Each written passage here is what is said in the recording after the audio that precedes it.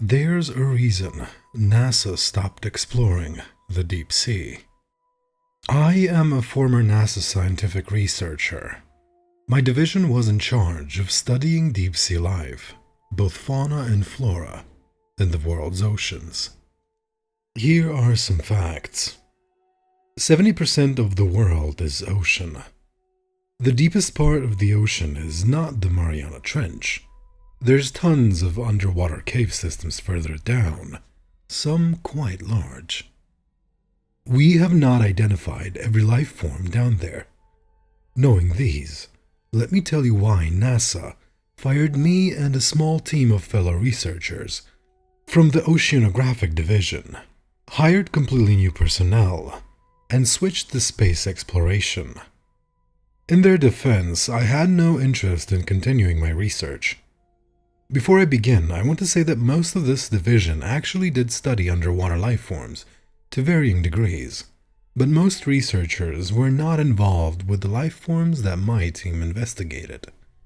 Therefore, no information about these events has been released to the public, at least to my knowledge. I'm purposely going anonymous here for many reasons, as the US government would prefer to keep this out of the public eye, and people have disappeared for far less in my profession. On an off note, it's deeply tragic what happened recently with the submarine that imploded. I think I'm correct in my suspicion on what caused it, of course, but it's not what the public was told.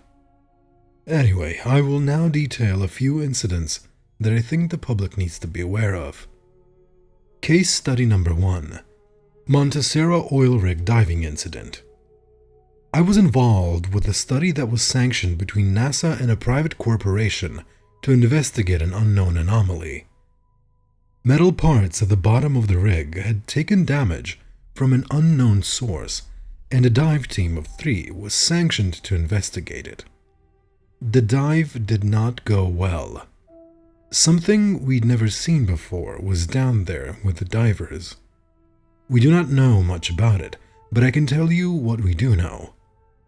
It resembles an extremely intelligent class of giant cephalopods, more intelligent than any other sea creature ever encountered. They are strong and carnivorous, and extremely large. It's theorized they purposely damaged the oil rig to lure humans deep down.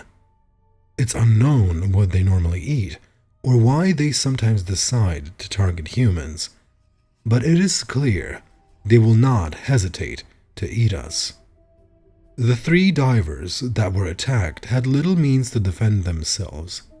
These cephalopods worked in unison, with an extreme understanding of human equipment.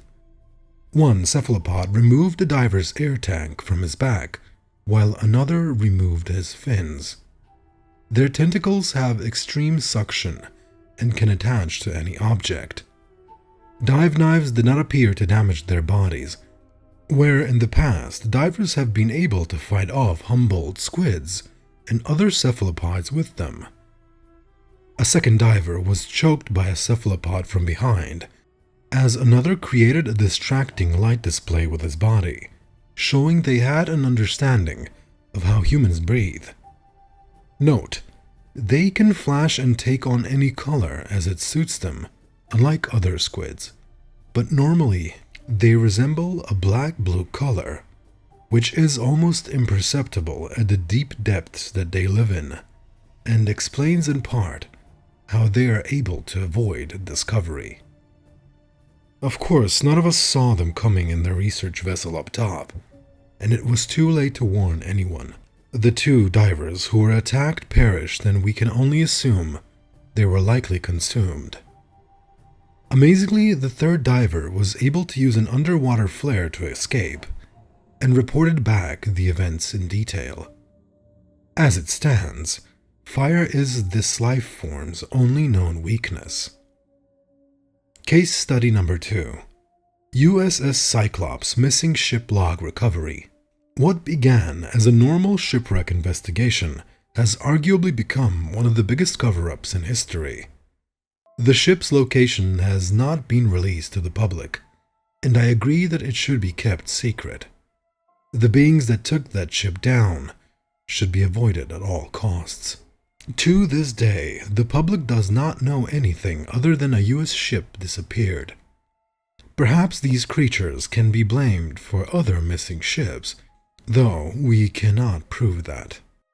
The ship had a log that detailed the same beings encountered at the Montecero oil rig. Black, blue, giant squid resembling entities that work in teams and can use tools of human creation.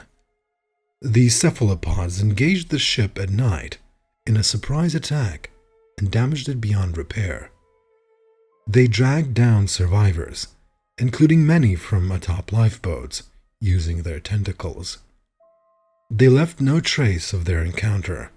They are clearly incredibly strong and can easily hold humans underwater, drowning them. There is a theory that they may even derive pleasure in killing, shown by them flashing certain patterns on their bodies immediately upon the taking of a life, although this is still just theory. There are other incidents that I won't get into here. I don't intend to scare people by bringing this information to light, but I do think divers and people who are interested in using submersibles to investigate the deep sea need to be warned. These creatures normally stay in very, very deep water, and there's only a few incidents of human interaction.